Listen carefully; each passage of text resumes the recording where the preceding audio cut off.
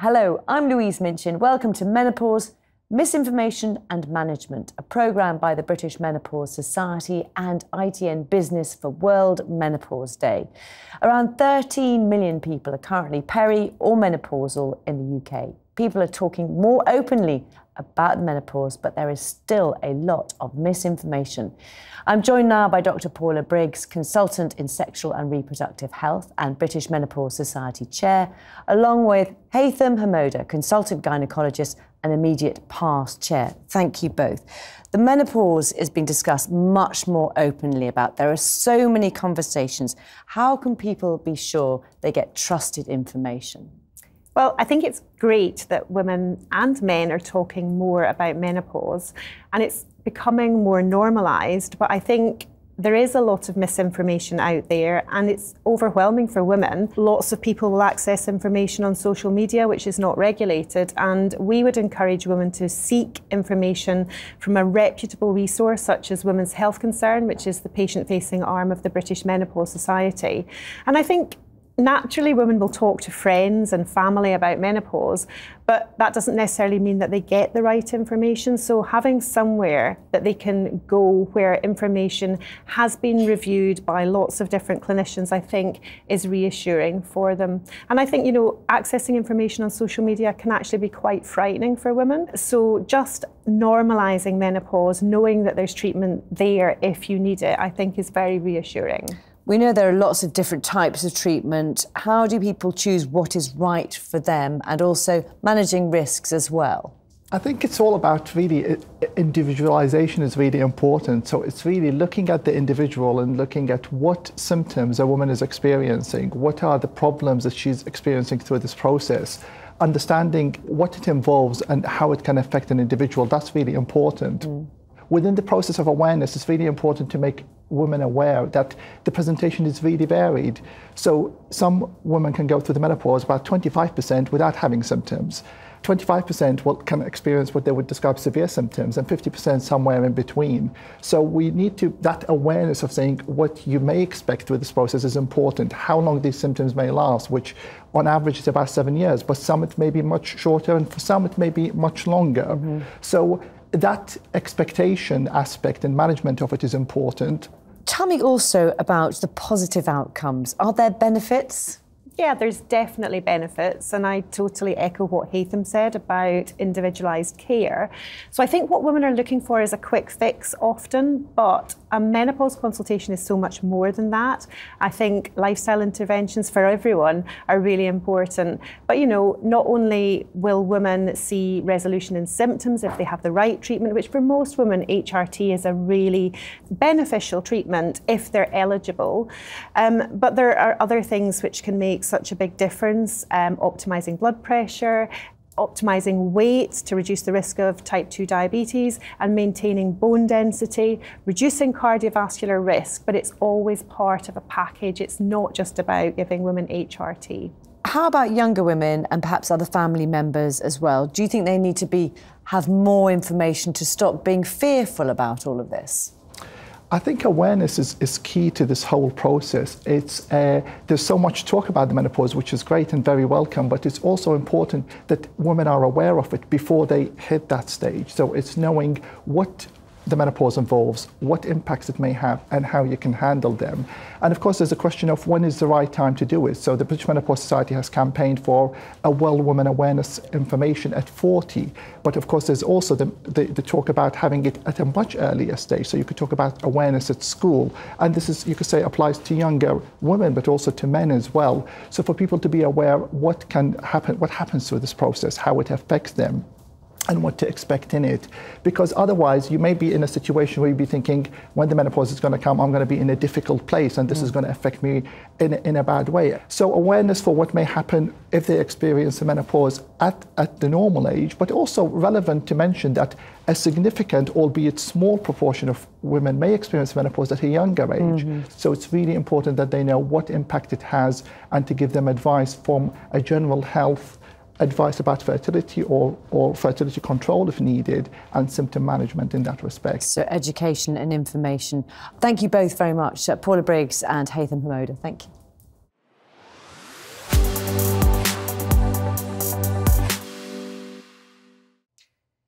The digital world enables instant access to information about the menopause, but with so much available, it's easy to feel confused and overwhelmed and even know if it's correct. We met gynaecologist Dr. Heather Curry to dispel some of the misinformation. Around 13 million people in the UK are currently peri or menopausal. But how much do we actually know about it? We decided to ask some common questions to help plug the gaps in our understanding of the menopause. Early 40s, mid 30s, probably anywhere from 18 to 60 plus, I think. I think a standard age for women to reach menopause is between 55 and 60. The menopause is the final period, but there is a transition phase that can happen for a few years before that.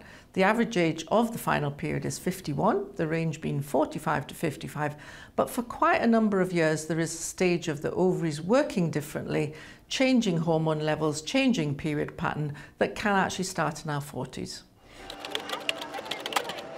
Bloating, tiredness, fatigue, forgetfulness, sore boobs. I mean, you definitely have your moments where it's hot. Yeah, it's definitely, yeah, that's true. Menopause can cause hot flushes and does so in many women, but all the symptoms and consequences are related to becoming low in estrogen, and that can affect women in many different ways, such as mood changes, low mood, anxiety, sleep disturbance, headaches, palpitations, joint aches, to name just a few. It helps to regulate all the fun stuff women have to go through when they age. And it's a cream. Not oh, a pill. really? Yeah, no, it's I heard a cream it was you a put cream. on your thighs. No, I heard it was a pill. Oh. No? Oh, No. cream you put on your thighs. Oh, lovely. Not all women require HRT. For many women, they have minimal symptoms, or they can manage it themselves by, for example, diet and lifestyle changes, taking plenty of exercise, looking at what they're eating. Some women aren't able to take HRT because of medical conditions. Forever, probably. Yes, I think I will stay on it forever if I can. But I monitor myself regularly. From my mum's experience, 20 years. HRT isn't needed for most women forever. Women can take it for as long as they want, for as long as they feel the benefits outweigh the risks. We don't believe that HRT causes the breast cells to turn into cancer, but we believe that it can promote breast cancer cells that are already present that can lead to a diagnosis.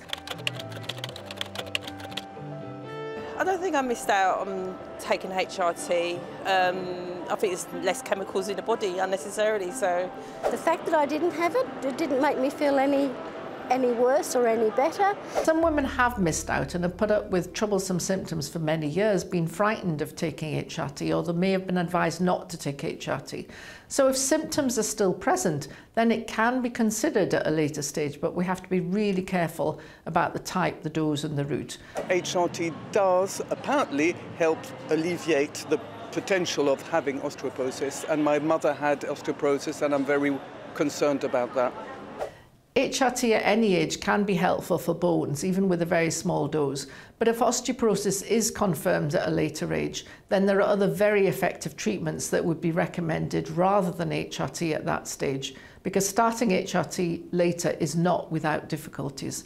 And related to dementia, we in fact believe that starting it at a later stage can slightly increase the risk of dementia rather than reduce it. I think you'll have a better idea of what's happening to your body, and you'll recognise signs and symptoms, and we'll get to discuss it, won't we?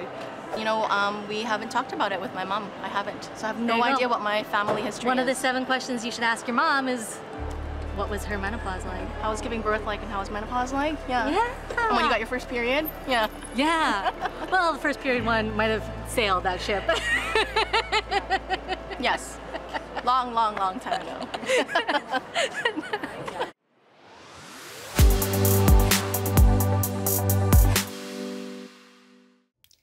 45% of women feel their menopause symptoms have a negative impact on their work, with many exiting the workforce every year. Accord Healthcare is at the forefront of creating an environment and culture for people to be well at work with a wellbeing programme that empowers colleagues to take more direct control over their physical health.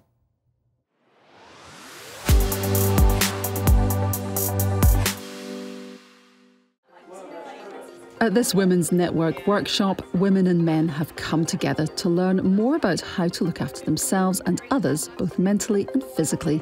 They work at Accord Healthcare, a global pharmaceutical company that employs 2,200 people across Europe and the UK. Half are women, so menopause is a hot topic.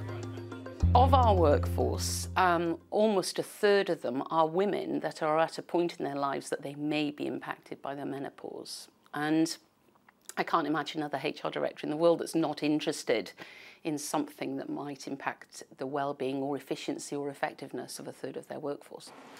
A recent survey found more than 1 million women in the UK could be forced out of their jobs within a year because their employers are failing to support them through the menopause.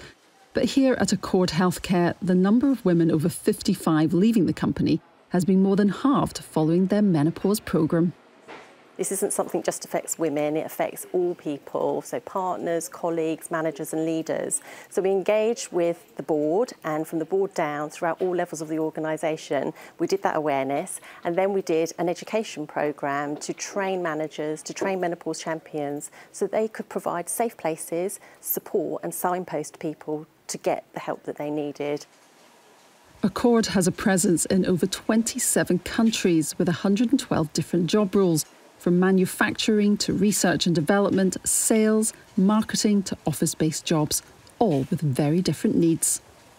One of the most common symptoms is flooding, where people cannot physically be at work because of very heavy periods, and that can happen without any warning. So what we've been able to do here is to put in place measures that mean that people can actually get the equipment they need, they can have an adjustment, they can have a conversation to talk about where they're at, so that actually people can still be well outside of work, but well inside of work as well. Mary is a menopause champion. It was only when she was researching the job role that she realised she had some of the symptoms. I've participated in a programme that's identified to me or made it aware that I was having some symptoms that maybe I wasn't quite aware of.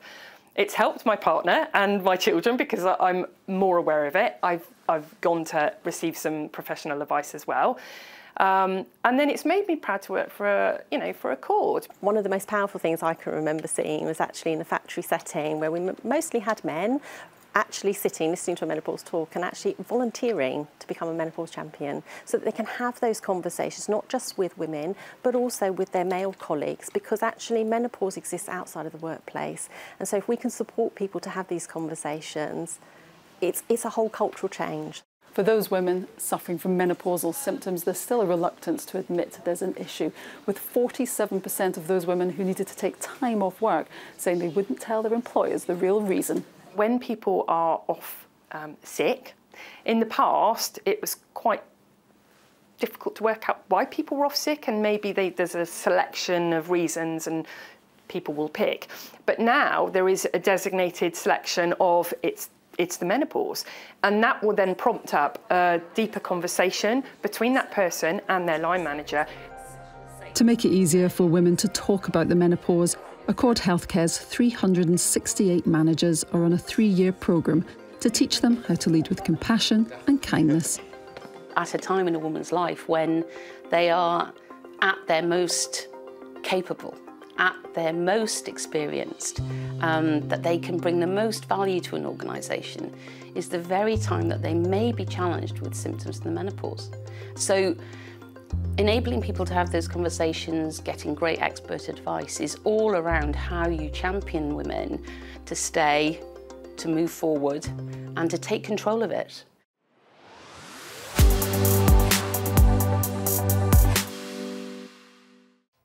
Knowing more about the experience of menopause from different ethnic and cultural backgrounds is important for the healthcare sector.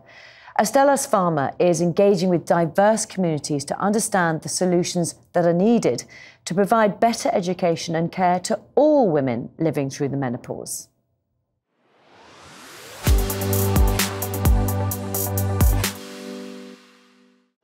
Every woman will go through the menopause, and yet no two women will go through the same experience. The experience is affected by culture, race and society, and this can create challenges for those seeking help for menopausal symptoms. Astellas is helping shine a light on the importance of representation for women from all backgrounds in the UK as they navigate a major life milestone. How important is it to raise awareness of the issues women are facing? It's absolutely critical. I think if you think about what gets done is when there's an awareness and an interest and a desire to take action. And how you get to that desire to take action is to find people who want to advocate for better, advocate for a different approach, and find solutions that meet the needs of those who potentially are not represented or not reflected. There are said to be around 40 symptoms of menopause, including hot flushes, insomnia and brain fog. Studies show there are differences in the biological and hormonal changes in women based on their race and ethnicity. In the UK, this can present barriers in accessing the care they need. If you look at the female biological journey, it's pretty much standardized in regards to our genetic journey. We go through our puberty, we go through our fertility years, and then we go through our perimenopausal and postmenopausal years. But actually, if you look at the data, menopausal symptoms probably start earlier in Black and Asian women, and we think around the age of about 38, 39, which what often happens is when women go below the age of 45 to a healthcare professional, they're told, no, your symptoms can't be because of perimenopause, you're too young, and women are turned away. The experiences that women have is that actually from Black and Asian communities, if you don't have the language skills to give up your symptoms to the doctor, who might or might not understand perimenopause and the symptoms associated with it, then actually they're undertreated. We just need to be able to be empowered within ourselves to make sure that we have the correct information. For many women, cultural attitudes impact their journey through the menopause. Anita Powell is an advocate guiding women in the right direction to break down the stigmas. It sounds as though there are similar symptoms, but of course the experience is completely different. Female social makeup of women from different ethnic groups differ. So some women from different ethnic groups, the conversation around menopause and the taboo differs. You know, in some cultures, they just don't even have a word for menopause. So it's hard for them to talk about it. Some cultures, a woman cannot say the word sex in public spaces. That topic, which is important in their relationship, will never be discussed with anyone, and there was no one giving them that information. So therefore they suffered in silence. But I think for us to go forward with the conversation, the decision makers need to be aware of the different barriers to good menopause healthcare. Women are often underprepared for the mental and physical changes their bodies are going through during the menopause, and often suffer in silence. Astellas is committed to being part of the solution and keep that conversation going. In order to improve the menopause experience, Astellas aims to represent all voices in areas where there is often a large unmet need.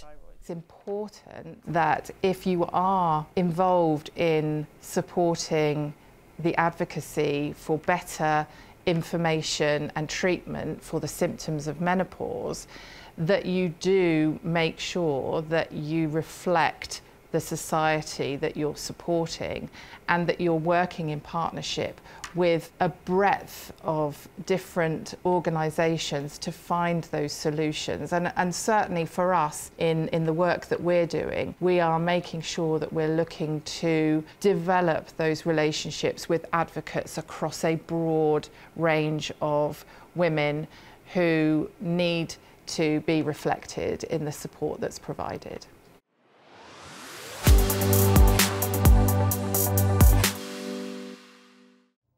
For many women, the taboo surrounding the menopause has a very real impact on their lives, often leaving them feeling alone or reluctant to seek help from a healthcare professional.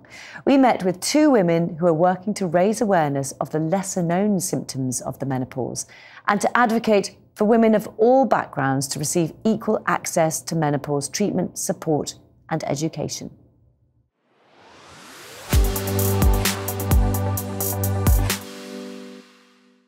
Elevating the voices that help to ensure all women have equal access to support through the menopause has always been a priority for BMS Healthcare.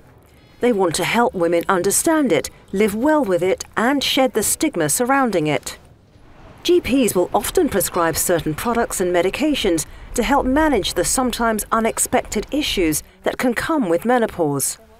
So what exactly is the menopause? Menopause itself is when our ovaries start to sort of wind down and stop producing the hormones estrogen and progesterone. And it signifies itself by, our periods stopping. So in that lead up to it, our periods may become a little bit irregular, heavy, light, but menopause is when we actually have our last final menstrual bleed. There are said to be more than 30 symptoms of menopause, ranging from hot flushes and sudden anger to less well-known issues like fatigue, joint pain and depression. It's not generally seen as a positive experience. I think there's been such a sort of hush-hush around it, and the narrative around it has been always negative, whereas actually it's quite the opposite, or can be quite the opposite. It can be a real vibrant, exciting time of life. Karen Arthur, colourful fashion creative, set up the podcast Menopause Whilst Black to give women from diverse backgrounds an alternative view of what she judged to be a very narrow perspective of what menopause looked like. I didn't see anybody who was having fun, wearing colour, anybody black, anybody Asian, anybody from any other demographic, and it seemed wrong. There's a lack of research into diversity in the menopause in the UK, but a recent study in the US showed that on average, black women start the menopause earlier, go through it for longer, and live with more severe symptoms than women of other ethnicities. I remember finding this out and thinking, well, why isn't this common knowledge? Why didn't someone tell me that? Why didn't I learn about this, And the thing is that there are nuances across cultures. Menopause affects different people in different ways. We cannot have a blanket approach to everybody's menopause care. Finding ways to encourage those of different ethnicities to come forward while addressing certain sensitivities is a challenge for GPs. Looking at the bigger picture is also essential. Certain symptoms present that might be linked to menopause but are treated as an ailment in themselves. Karen's main issue was her anxiety, but she was offered antidepressants rather than menopausal support. We need to look at how we are caring for ourselves, but also that the people who are caring for us, whether it's GPs, whether it's holistic practitioners, healthcare professionals, these are people who also need comprehensive and nuanced training about different cultures so that they can approach, caring for their patients or caring for their clients in a more tailored and bespoke way. If you are in an area where maybe there are patients of different ethnicities who speak different languages, to be able to have maybe things in other languages, or even, one of the things is to have a little sort of information videos on their websites in different languages talking about menopause. The Women's Health Strategy for England has shone a light on disparities that need to be addressed across the board. I think it's highlighted women's health. We need to be spending more money, time, resource, and sort of levelling up. So women's health has definitely been sort of pushed into the background. I think because yes, we have hormones, but why should we have to suffer?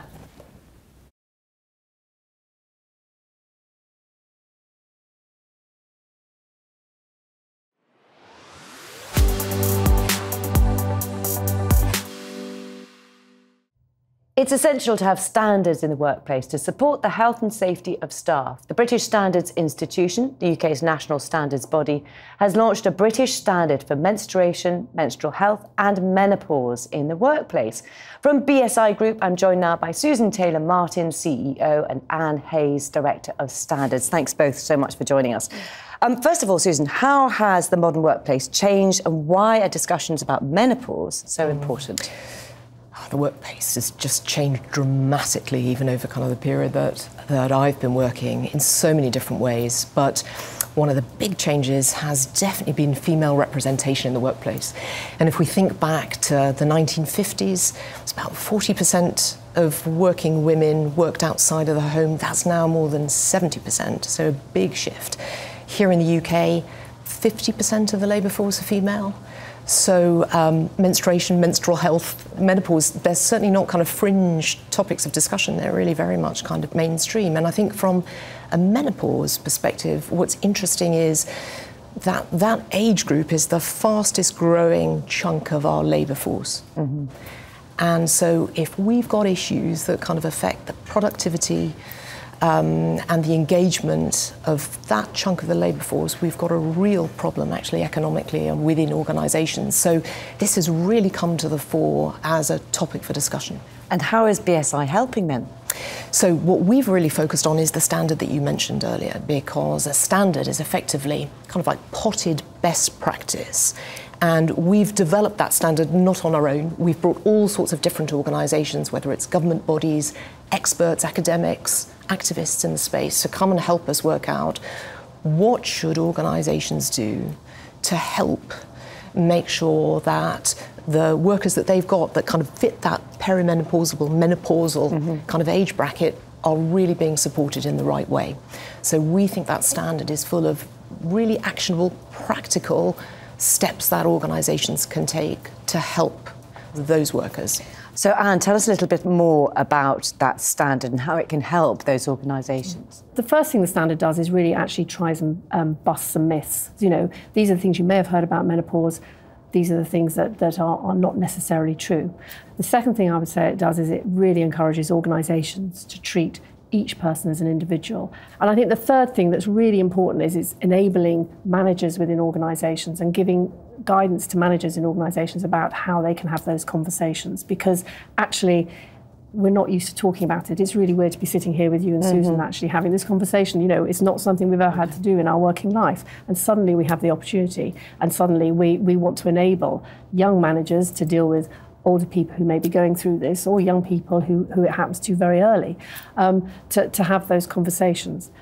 It also then goes down into some details around sort of how you can encourage people to think about different ways that you can solve people's problems, be that the hours they work, the clothes they might wear, where they sit, do they need to be in the office, and just changing shift patterns, but really trying to build on the flexibility that we've all learnt out of COVID to be more flexible in how you approach people. So lots of different things going on. How do you think, Susan, work like this can benefit both the businesses that you're working with and also the wider economy as well?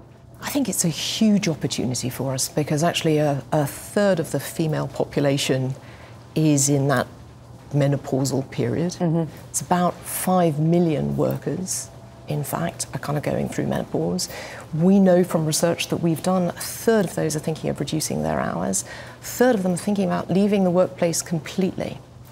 So if we've got a standard with some really helpful guidance for organisations to think we can change this dynamic, think about the impact that that could have in terms of productivity, in terms of reducing absenteeism, which is an issue, in terms of kind of retaining experienced women at that point when actually many of them are kind of at their most senior, you know, real leaders in the organisation who can be mentors to the generations coming up. So I think there are many ways in which it really benefits both the individual but absolutely the organisation that they're working in.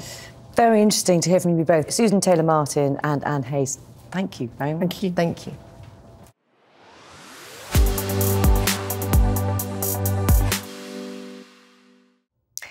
Menopause transition typically occurs between age 45 and 55, around the time many women move into senior leadership positions.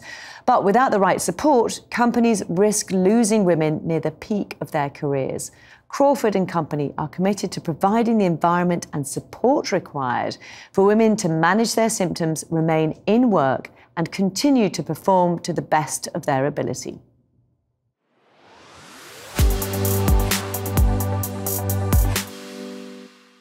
At first I was embarrassed to feel the way that I did.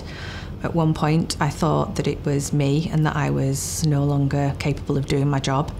But there was never any fear in me that if I raised it within the workplace that, you know, it would be a case of somebody thinking that I'd suddenly gone off the boil and couldn't do anything anymore. The support's always been there, and deep down I knew that. The reason Kelly was able to shed her fears is that Crawford & Company is among the very first in the male-dominated insurance sector to proactively enable women to recognise and manage the symptoms of menopause. Crawford entered an era of post-pandemic openness, led by Lisa Bartlett, UK and Ireland company president. She developed a detailed menopause framework that broke the taboo, alongside a comprehensive diversity, equity and inclusion approach. 3 in 5 menopausal women will be affected at some point by menopausal symptoms. A good proportion of those will leave the workforce. So for me, it was something that couldn't go ignored. Alongside that, there is a real talent shortage within our industry, so it just made business sense to tackle the issue, provide the support, and I found it a really unifying purpose between the women who need support and male allies who can provide the support. Crawford's extended range of non-salary benefits, centred on health, well-being and fitness, has paid business dividends. What had been a brain drain of older senior women has been staunched. Employee turnover is the lowest it has ever been, and career progression is at its highest. Leadership training has been integral to these results. From a personal perspective, it's made a huge difference to me. I went on the manager's training for the menopause, and that was a few years ago that I went on the training.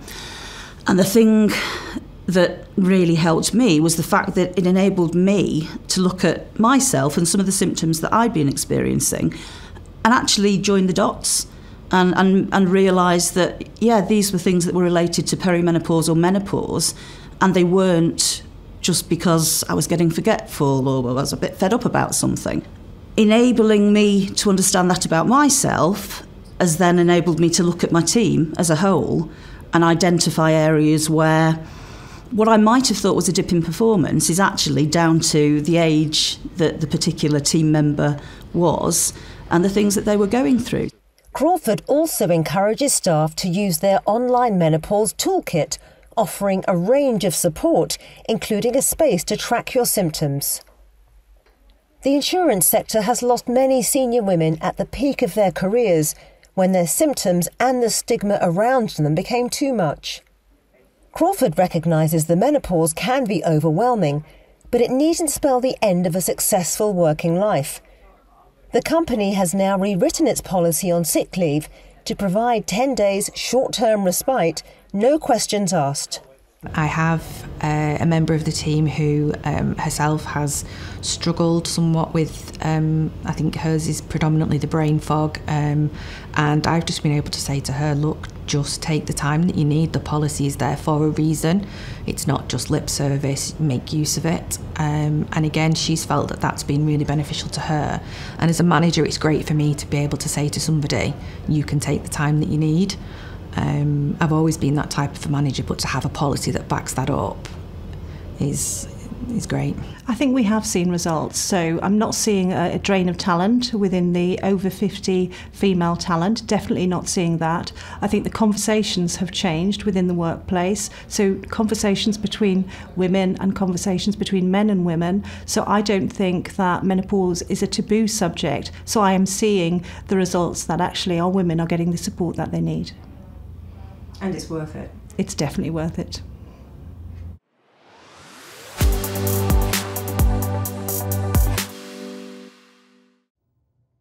Creating a workplace culture that encourages employees to openly address menopause-related concerns is vital for promoting dialogue and enabling them to seek the right support. Moody's commitment to supporting their employees is highlighted by their recognition as a menopause-friendly workplace, helping those directly impacted and those caring for individuals navigating the menopause.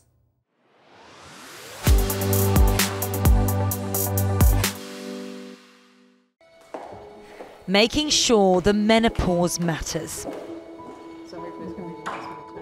Moody's, the world's leading risk assessment organisation, is also leading the charge when it comes to the menopause.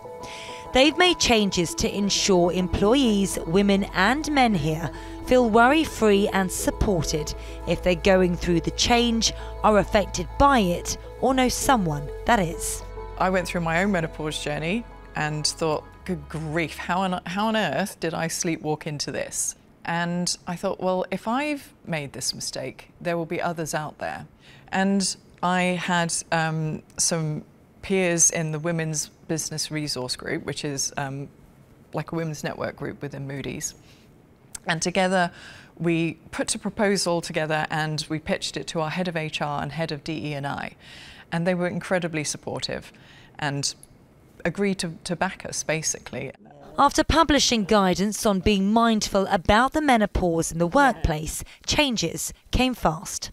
Within weeks, it seemed, there was a pilot programme established to raise awareness and education around menopause in the workplace. So through that, we have provided guides, a SharePoint site where we host the information. We have a Slack channel where we can get together and talk and share our own stories. And we have benefits. We now have a benefit where our employees and their partners and their family members can actually call Bupa and have a conversation around menopause. And for Tammy Harvey, the Bupa programme adopted by Moody's and advertised for all staff to access and use 24 hours a day has been the most beneficial change. So phoned up, made the appointment, and it's a 45-minute appointment with an expert in the menopause, but she's a GP. Absolutely life-changing. And Tammy also says other changes like free sanitary products are brilliant. So too is the education on menopause for everyone. It's fantastic to know that there's e-learning modules for people to do. They can do a bit of e-learning and find out more about it. It was amazing to know that you can go to your manager and say, you know, today I'm not feeling great. I do feel really supported. I feel like there isn't anything I can't say or relating to the menopause. I feel it's quite an open environment, a safe environment. The menopause affects 13 million women in the UK. That's around a third of the UK female population. A recent survey found that 45% of women felt that menopausal symptoms had a negative impact on their work, and 47% who needed to take a day off work due to the menopause say they wouldn't tell their employer the real reason. But at Moody's, they wanted to change that point of view and in recognition have been awarded a menopause-friendly workplace in the UK accolade this year. One of the things that is genuinely important that Moody's puts a lot of effort into is trying to create a really inclusive workplace where people can really be who they are. And if you're not offering this kind of support, if you're not offering the flexibility that just makes hopefully some of this a little bit easier, that's probably going to be to your detriment as a company as well. More and more companies in the UK are trying to make reasonable adjustments to help support people who are going through all stages of the menopause. Moody's say they are trying to help by raising awareness outside of the organisation. We have connected with other organisations and they're all different stages of their journey, but through going to these events, listening to others, sharing our own stories and working with external organisations to help you plan your journey is really helpful. So, we have an ageing population and we have an ageing workforce. And if you start writing women off at the age of 50, you are wasting so much talent. So they really need to get wise to managing women through the menopause and helping them and supporting them with their symptoms to try and make this as anxiety-free as possible so that you can keep the best talent.